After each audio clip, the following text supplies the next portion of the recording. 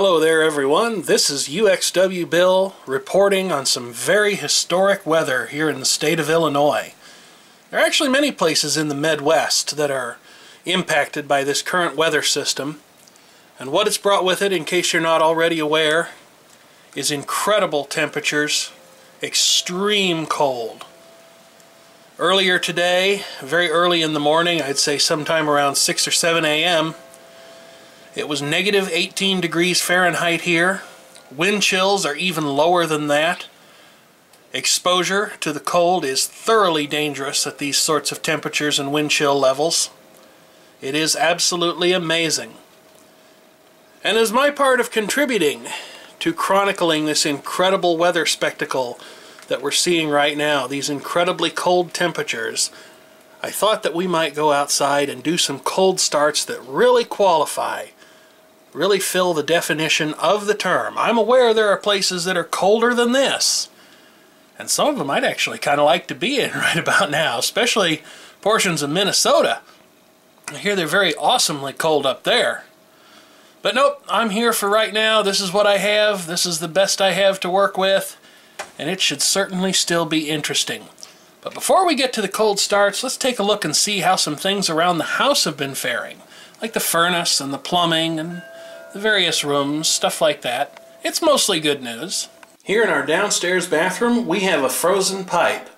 And ironically enough, it's actually the hot water pipe that froze, not the cold water here at the vanity in the bathroom. Cold water still works just fine. Even more interestingly, these pipes are on an inside wall. Right behind them is another room. So how on earth did they ever get cold enough to freeze? All we know for sure is that they did. Hopefully whenever the pipes managed to thaw out, which we've been trying to do with this hair dryer, and by leaving the cabinet door open, and also by opening the door to Furhead's bedroom, which is immediately behind here. Hopefully we won't find that the pipes have actually burst. I think we probably caught it in time though. But there's an old urban legend that goes around that says if you make ice cubes with hot water, they'll actually freeze faster, which of course isn't true. In this case, I can only figure that it has to do with the fact that the hot water valve and piping is just that much closer to the outside wall. Here's the other side of the wall, and there is actually a service door here in Furhead's old bedroom. Unfortunately, when we remodeled this room, nobody ever cut away the quarter round so that the door could be opened such that a person could gain access to the pipes. Although when we were remodeling the bathroom, I do remember this door being open, so I'm thinking that we probably pulled up the entire piece of quarter round and then put it back. There is a potential complication that stems from having the door to Furhead's bedroom open so that we can get some warm air back there. We discovered not long after getting our lovely dog that he had a certain fondness for coming back here and having little bathroom-related accidents. And if I had to theorize, I'd say this might have had something to do with previous residents of this home having dogs that may have come back here and had accidents, or maybe deliberates, I don't know for sure. We did remove the carpet and clean the floor very thoroughly, but something like that could have been soaked in.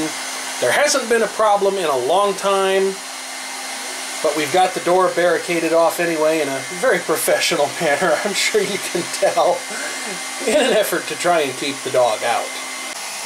Amazingly, although it hasn't shut off too many times, the furnace has been doing a surprisingly good job of keeping up. As far as faucets that one might expect to freeze are concerned, these would certainly seem like good candidates, given that they're right up against an outside wall.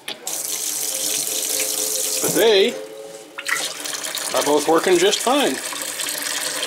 Of course, there is at least one awesome thing that comes from all of this extreme cold. You see, we use our outer porch here as a refrigerated storage area during the winter months. Great way to save a little money and certainly to store food that you wouldn't otherwise have the space for.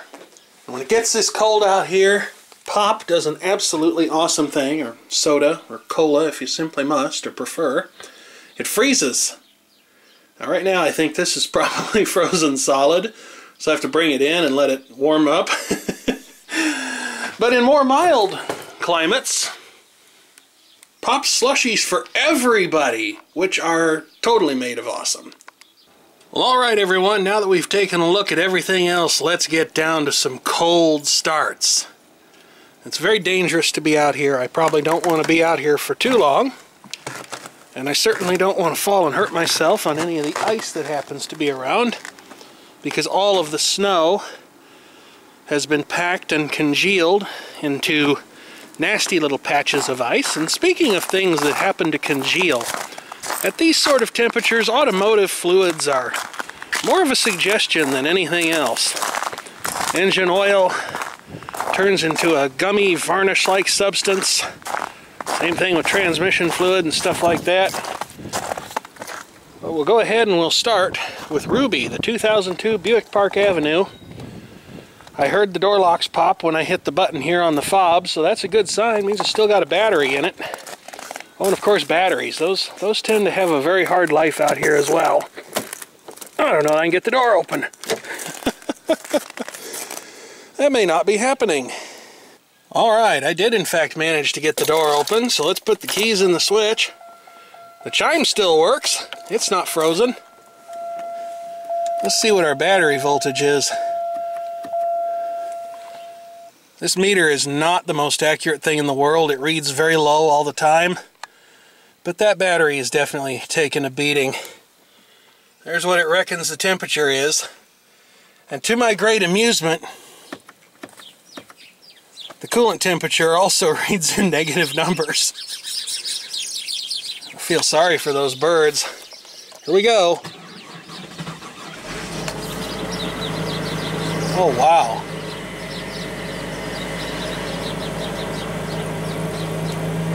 That sounds exceptionally odd. May not be hitting on all cylinders yet, and it sounds like it might have a bit of an exhaust leak.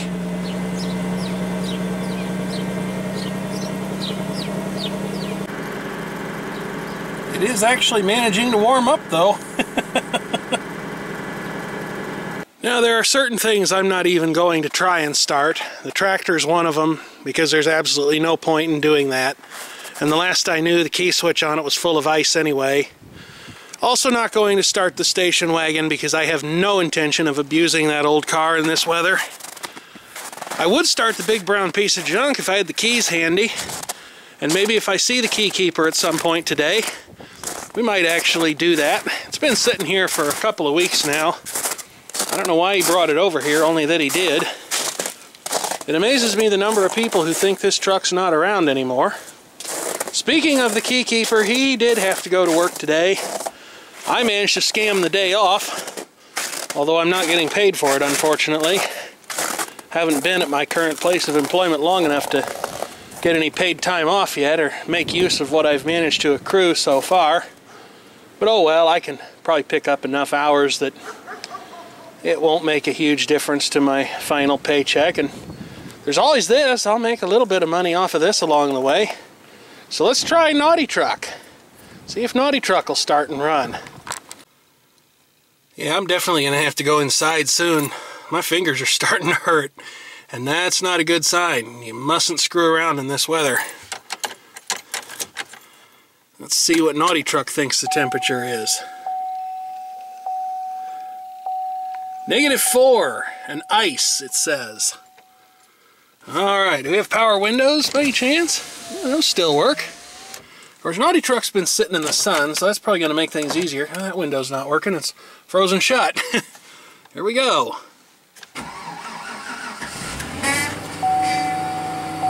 I love it when the starter drive sticks like that.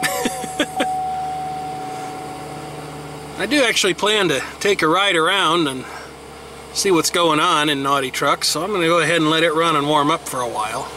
I'll bet you this thing's got hypothermia to some degree. Oh yeah, look at the response time on that display.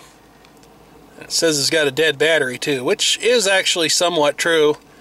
It was weak the last time I was using it, so I'm not surprised to find that the cold has done a number on it. Although not as much as I would have necessarily expected it to. Alright, let's try what fellow YouTuber Moldy Mac once christened the Wimpala. This is a 2012 Chevrolet Impala. Couldn't tell you the last time it's been driven. Do you know GM is actually going to stop making these cars after the 2019 model year? I am, and I am not surprised, all at the same time. This one will see if the remote start, which is the sole redeeming feature this automobile brings to the table, will actually crank it up.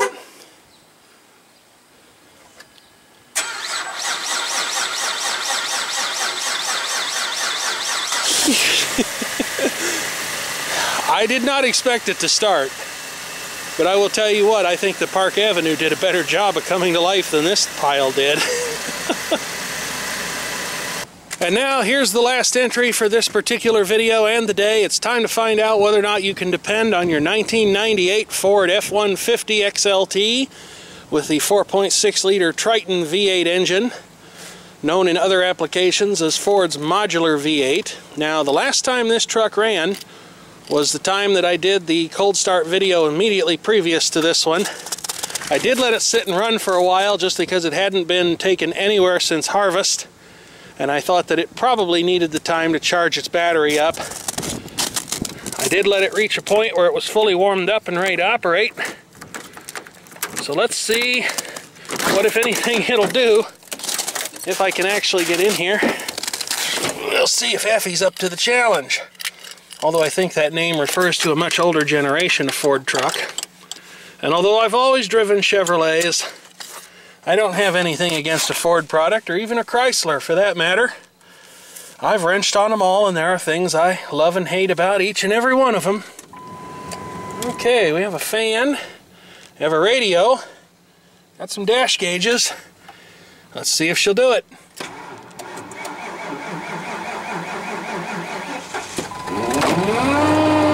Woohoo!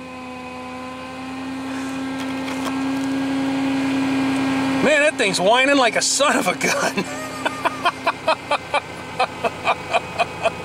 I wonder if that's the power steering pump. But it made it. It's running. You can't ask for anything more than that.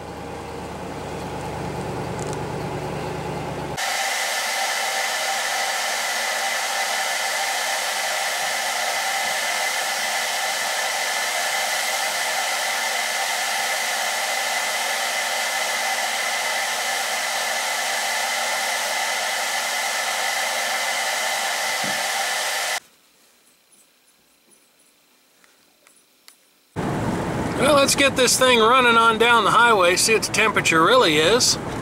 Well, there's good old United Parcel Smashers with a very bundled up driver inside. Little surprised they're running today. The same thing definitely doesn't hold true for the good old Postal Service. They say that neither wind, nor rain, nor snow, or a bunch of other stuff will stop them. But apparently temperature will, because the United States Postal Service announced that a great many post offices were going to be closed due to the weather conditions today. And while my particular post office was not on the list, I have yet to see any mail delivery. Not that I was really expecting anything other than junk mail. But now that we've been out on the highway for a while, let's just see what temperature this thing thinks it is.